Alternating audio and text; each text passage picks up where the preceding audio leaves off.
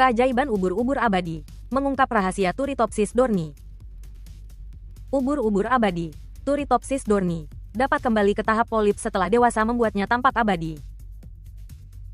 Proses ini melibatkan transdiferensiasi, di mana sel-sel ubur-ubur berubah menjadi bentuk polip. Ubur-ubur ini mampu memperbaiki diri dan menghindari kematian, menjadikannya unik di dunia hewan. Mereka dapat hidup selamanya, jika tidak terancam predator atau kondisi lingkungan yang buruk. Ikuti kami untuk informasi menarik lainnya.